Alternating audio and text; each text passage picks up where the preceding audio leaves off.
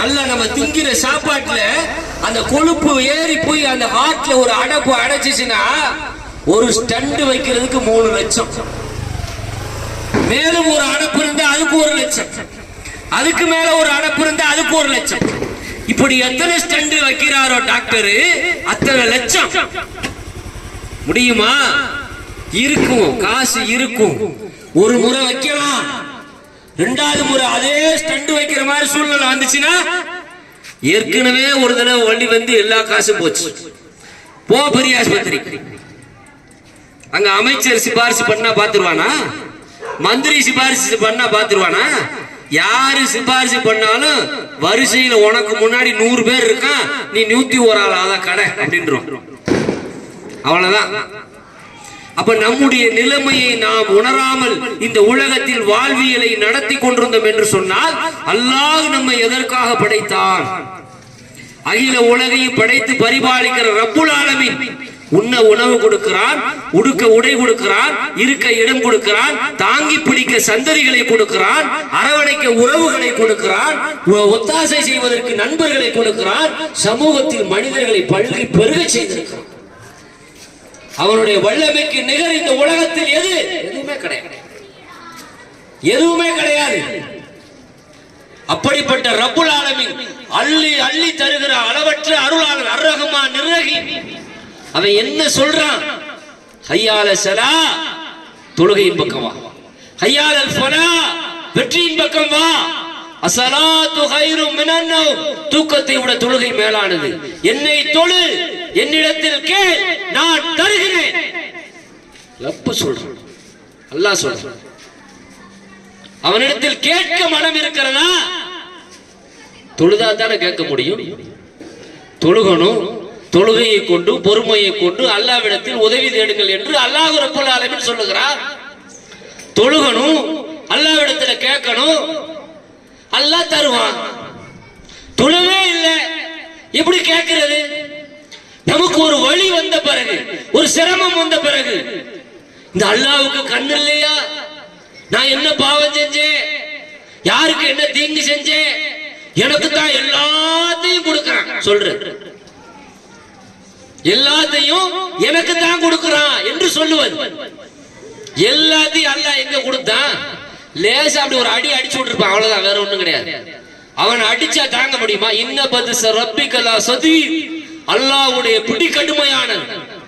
அவன் பிடிச்சானா புளிஞ்சிரும், அவ்வளவுதான், முடிஞ்சிருச்சு, ஜூஸ் தான். அப்படி லேசா விட்டு வச்சிருக்கான், லேசா அப்படி சோதிக்கிறதுக்காண்டி அப்படி லேசா ஒரு அடி அடிப்பான். அதுலயே கதறிடுவான் மனுஷன் கடந்து. அம்மாடி, ஒரு கிட்னி செயல் எழுந்து போச்சு, அவ்வளவுதான், கல்லீரல் வீங்கிருச்சு அப்படிமா, அதனால மஞ்ச காமால வந்துருச்சு அப்படிமா, மஞ்ச காமால வந்துச்சு, செத்து போயிட்டாருமா. உயிர் எங்க இருக்கு மனிதனுக்கு? உயிர் எங்க இருக்கு? ரப்பு கிட்ட இருக்கு, அல்லாஹ் கிட்ட இருக்கு. நம்ம நினைச்சுக்கிருக்கோம் உயிர் இருக்கிற வரைக்கும் நான் இந்த உலகத்தில் இருந்துகிட்டே இருக்கிறேன், உயிர் ஏண்டி, என் உயிர் ஏண்டியா இருக்கு அப்படின்னு நெஞ்ச பிடிச்சு விழுந்தவன எதனால செத்தாருன்னு கேட்டா, இருதயத்தை பிடித்தார் இறந்து விட்டாருங்கிறான். உசுறு இருதயத்திலயா இருக்கு? இன்னொரு டாக்டர் சொல்றான், உடம்புல ரத்தமே செத்து போயிட்டாரு அப்படிங்கிறான். ரத்தத்திலயா இருக்கு உசுறு? கிட்னி 2 ஃபெயிலியரா போச்சு, ஆள் செத்து போயிட்டாரு அப்படிங்கிறான். கிட்னிலயா இருக்கு உசுறு? உசுறு எங்க இருக்கு? அல்லாஹ்விடத்தில் இருக்கிறது. அதனாலதான் அல்லாஹ் ரப்புல் ஆலமீன் ஒவ்வொரு இரவிலும் நாம் உறங்குகிற பொழுது நம்முடைய உயிரை எடுத்துக் கொள்ளுகிறான். விடியும் பொழுது யார் இந்த உலகத்தில் வாழ வேண்டும் என்று அவன் நாடி இருக்கிறானோ அவர்களுக்கு உயிர்களை திருப்பி தருகிறான். அப்படின்னு தூங்கின பிறகு பிறகு தெரியுதா, உருள்றது தெரியுதா? இப்படி படுத்து கிடப்பாரு, காலையில் இப்படி படுத்து கிடப்பாரு, திரும்பி புறக்குனவன் யாரு, உருட்டுனவன் யாரு, அப்படி இப்படி அசைச்சவன் யாரு? தூங்கி எந்திரிச்சா தெரியல, சொல்லுவாங்க வீடே சுத்திரியடா தூங்கி அப்படிம்பாங்க. அவன் எப்படி சுத்துனா? அவன் உயிர் யார்கிட்ட இருந்துச்சு? அல்லாஹ்ட்ட இருந்துச்சு. காலையில் என்ன செய்யணும்? அல்லாஹ் இந்த உலகத்தில் உனக்கு வாழ்வதற்கு நேரம் இருக்கிறது, போ அப்படி உயிரை திருப்பி கொடுப்பான். அப்ப அனைத்தும் அல்லாஹ்வுடைய கரத்தில் இருக்கிறது, அவனுடைய ஆற்றலில், அவனுடைய வல்லமையில் இருக்கிறது. அப்படிப்பட்ட அல்லாஹ்வை மறந்துவிட்டு அவனை வணங்குவதை நிராகரித்தோம் என்று சொன்னால் நாம் நன்றி உள்ள சமுதாயமாக இருக்கவே முடியாது. யாருக்கும் கிடைக்காத நேர்வழி, லா இலாஹ இல்லல்லாஹ் முஹம்மது ரசூலுல்லாஹ் என்கிற இந்த கலிமா நேர்வழி உலகத்தில் பெரும்பான்மையான சமூகத்துக்கு கிடைக்கல. பார்க்கிற உலகத்துல கல்ல வணங்குறான், மண்ணை வணங்குறான், அதை வணங்குறான், இதை வணங்குறான், நாய் பேய் எல்லாத்தையும் வணங்குறான். பகுத்தறிவுக்கு ஒத்தராது. அல்லாஹ் ரப்பல் ஆலமீன் நம்மை சுயமரியாதையோடு வாழ வைத்திருக்கிறான். அகில உலகையும் படைத்து பரிபாலிக்கிற ஒரே இறைவன், அவனுக்கு மட்டும் சஜிதா செய், அவனை மட்டும் வணங்கு. எதற்கும் ஆற்றல் இல்லை, சக்தி இல்லை, வல்லமை இல்லை, எதையும் வணங்காதே என்று அல்லாஹ் ரப்பல் ஆலமீன் சொல்கிறான். இந்த சுயமரியாதை யாருக்கு? தாயின் காலில் விழுகாத. தாயின் காலடியில் சொர்க்கம் இருக்கு என்று ரசூலுல்லாஹ் சொன்னாங்க. அதற்காக தாயின் காலில் விழாத அப்படின்னாங்க. ஸஅத் பின் முஆத் ரலியல்லாஹு அன்ஹு அப்படின்னு சொல்லக்கூடிய ஒரு நபி தோழர் உலக நாடுகள் எல்லாம் சுற்றி விட்டு வருகிறார். அந்த நாட்டினுடைய அந்த மன்னர்களுடைய காலில் அந்த மக்கள் எல்லாம் சாஷ்டாங்கமாக விழுந்து சஜிதா செய்வதை பார்க்கிறார்.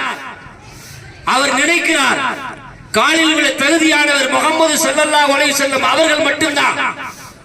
நேரே வருகிறார் அல்லாஹ்வுடைய தூதரிடத்திலே. அல்லாஹ்வுடைய தூதர் அவர்களே, நான் அனைத்து நாடுகளுக்கும் சென்றேன். அந்த நாட்டின் மன்னர்களுடைய காலில் அந்த மக்கள் விழுகிற காட்சிகளை நான் பார்த்தேன். காலில் விழ நீங்கள் தான் தகுதியானவர், நான் உங்கள் காலில் விழுகிறேன் என்று சொன்னார். அல்லாஹ்வுடைய ரசூல் அவர்கள் சொன்னார்கள், என்ன சொன்னார்கள் தெரியுமா? மனிதனுடைய காலில் விழ வேண்டும் என்று அல்லாஹ் ரப்பல் ஆலமீன் அனுமதித்திருந்தால் மனைவியை கணவனின் காலில் விழச் சொல்லி இருப்பேன். அதையே அல்லாஹ் அனுமதிக்கவில்லை என்று சொன்னால் யாருடைய காலில் கூட விழக்கூடாது ரசூலுல்லாஹ் சொன்னார். எப்படிப்பட்ட ஒரு சுயமரியாதை மிக்க ஒரு சமுதாயம். லா இலாஹ இல்லல்லாஹ், வணக்கத்திற்குரியவன் அல்லாஹ்வை தவிர வேறு யாரும் இல்லை. சொல்லுவாங்களே, என்ஜான்